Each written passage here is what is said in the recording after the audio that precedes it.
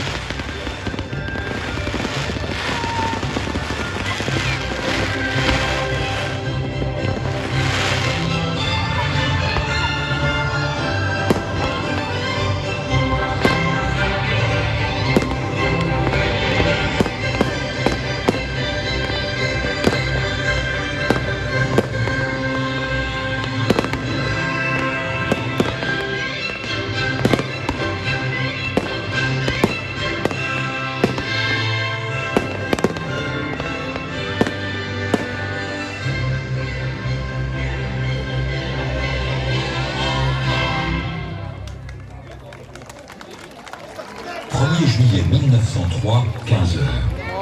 Nous sommes au restaurant Le Réveil Matin, à Montgeron, à l'est de Paris.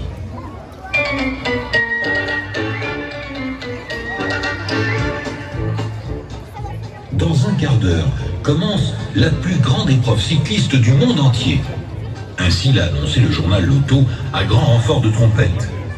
6 étapes: Lyon, Marseille, Toulouse, Bordeaux, Nantes, Paris. Distance prévue, 2407 km. 76 coureurs. Pas tous professionnels, loin s'en faut. Il y a même un forgeron de Grisol dans le Tarn-et-Garonne qui n'a pratiquement jamais fait de bicyclette. C'est un nommé Dargassi. Cela ne l'empêchera pas de finir dans les 10 premiers. La logistique, résumée en un mot, le système D. Ravitaillement par soi-même, comme on peut, où on peut. Pas de soigneurs, pas de mécanos. Interdiction absolue de se faire aider. À peine né, le Tour de France est déjà célèbre. Partout, les foules se précipitent pour voir ces pionniers qui roulent jour et nuit et déchaînent les passions.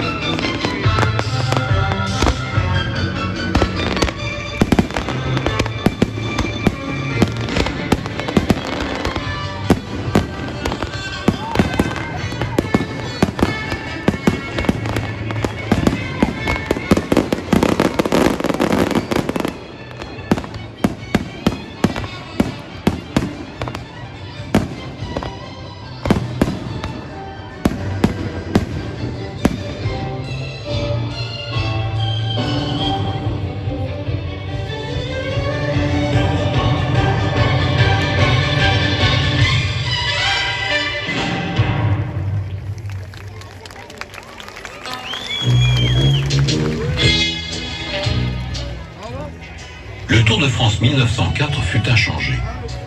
Les modifications commencèrent en 1905. Cette année-là, le parcours fut allongé. 2975 km en 11 étapes. Et puis, l'itinéraire inaugure la montagne, le ballon d'Alsace, la côte de la Fraye, le col Bayard. Et les étapes de nuit sont supprimées. 1910. Incursion en Espagne par l'école des Pyrénées sur la proposition d'Alphonse Stenner, collaborateur de l'auto. Un mois avant la course, Desgranges, inquiet, envoie Stenner en reconnaissance. Sa voiture est bloquée dans la neige au Tourmalet. Alors, il part en pleine nuit à pied, guidé par un petit berger qui l'abandonne en haut du col. Il arrive à 3 heures du matin au village de Barège, où tout le monde l'attend affolé. Imperturbable, Stenner télégraphie à Desgranges. Très bonne route, tout à fait praticable. Faire passer le Tour de France par les Pyrénées fut un immense succès.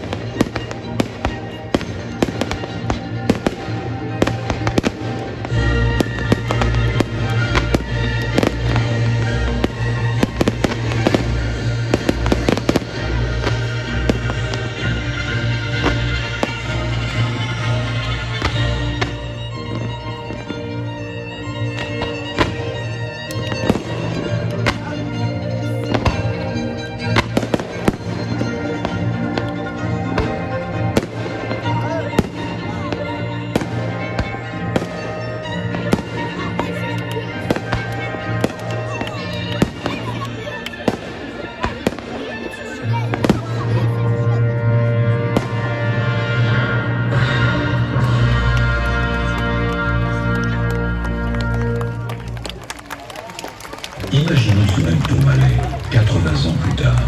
Par une belle matinée d'été, tout le long de la grande route sinueuse, la foule joyeuse et impatiente attend ses idoles.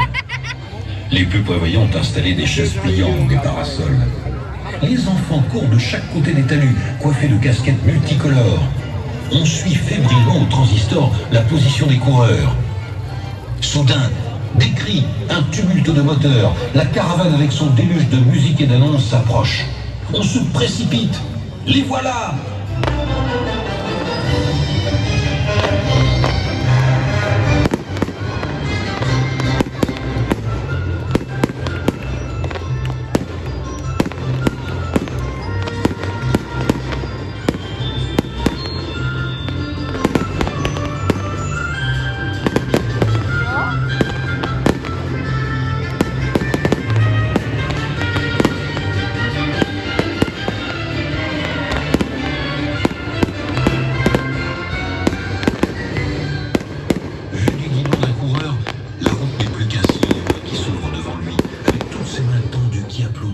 Ces cris d'encouragement qui le saluent.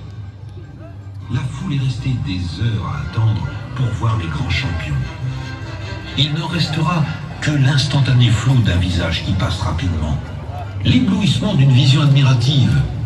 Mais ce souvenir-là ne s'effacera jamais.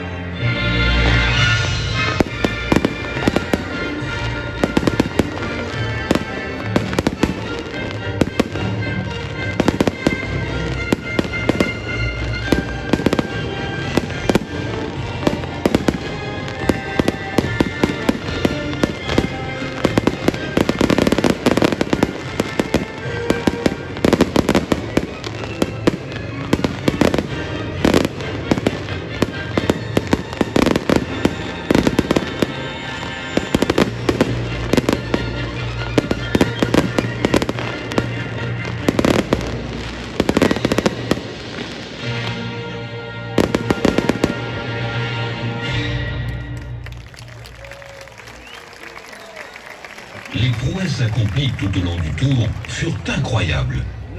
Les premiers coureurs, en partie des amateurs, n'avaient pas toujours les moyens de subsistance nécessaires à la durée du Tour, ni l'entraînement suffisant. Quant au régime alimentaire, n'en parlons pas. Malgré tout cela, les coureurs arrivaient à augmenter sans cesse leur performance. Albert Londres, le fameux journaliste des années 30, les avait baptisés les forçats de la route. Depuis quelques décennies, les techniques du vélo, les tactiques de course, la logistique sont au point. Les Eddy Merckx, Bernard Hinault, Anquetil et autres Zoetemelk surent admirablement s'en servir pour la plus grande joie de leurs admirateurs qui les voyaient littéralement s'envoler vers la victoire.